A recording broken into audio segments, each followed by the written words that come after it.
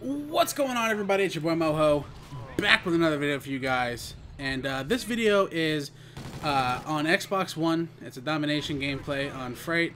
And I don't know if you guys can notice the difference right away in graphics. Let me know if you can or not. I know YouTube is standard issue 720 or whatever. And that's what I rendered it in. But as you guys can see here, what I'm doing is I'm trying to mute the players. And to me, one of the biggest gripes on Xbox One right now is the management system. Now, don't get me wrong, a lot of people misunderstood what I meant. On Xbox 360, if I put a tweet out there saying, does any of my followers want to play, you know, 8s with me, or just anything in general that would require me to invite them to the game, then I would just have them message me, click their profile, and invite them. Well, given the fact that Xbox 360 only limits you to 100 friends, I think that's why they did that.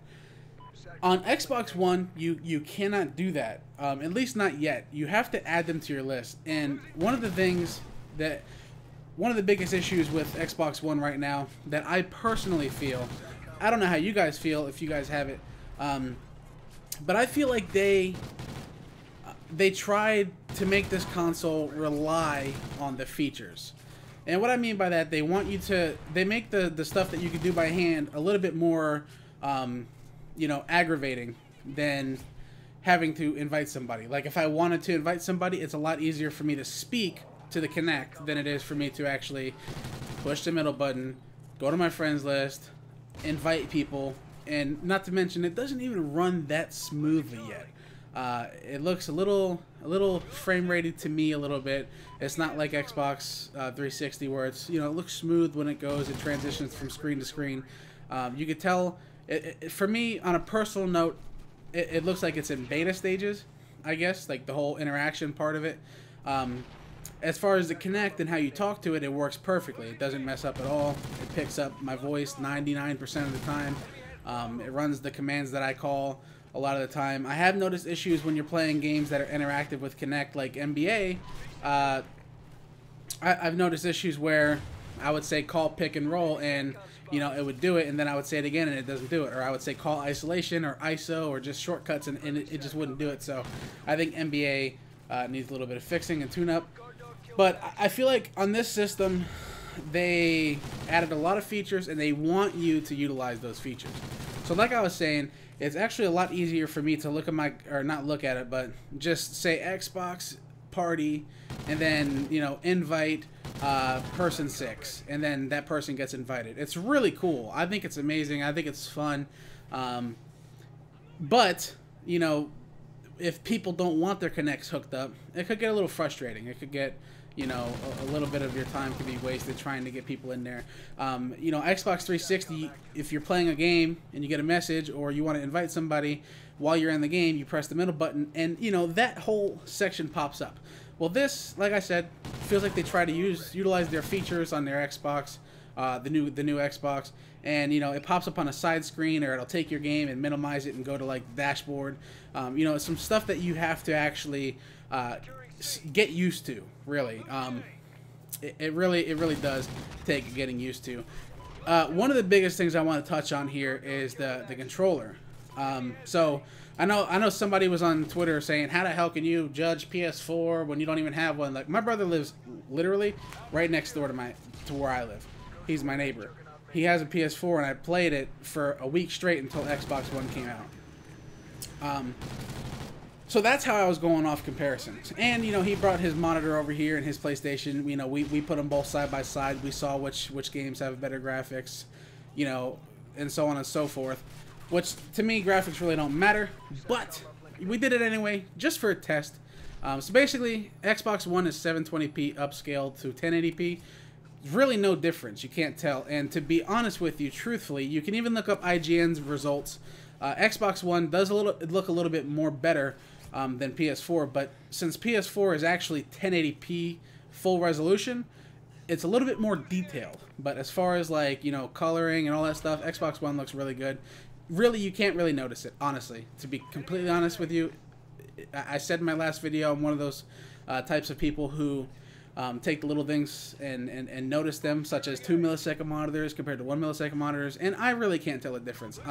But I will say this, Battlefield does not look really good on Xbox. For some odd reason, multiplayer, I'm speaking for multiplayer only.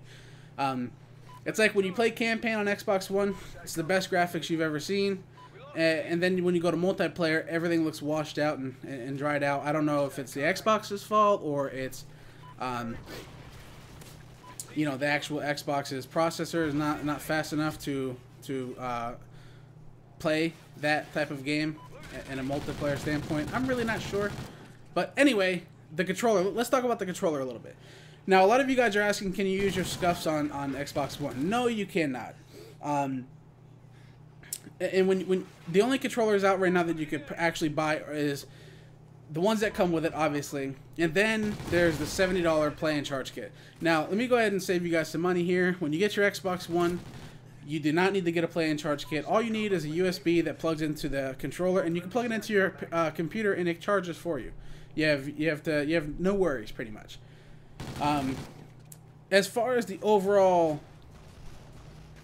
my overall view of the controller, I like it. I love what they did to the D-pad, even though I don't really use the D-pad at all, but I like what they did to it.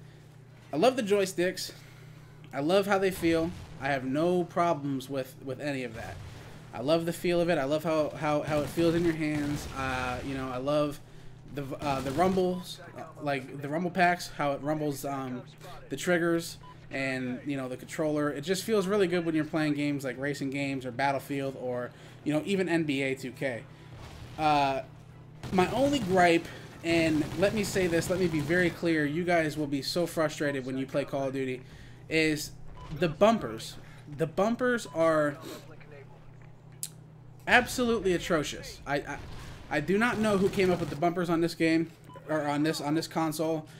They're really bad. For instance, if you see me uploading gameplay for Xbox One, and you notice me hold a frag grenade in my hand and it releases right away, that's not me throwing it right away. That's the bumper actually letting it go.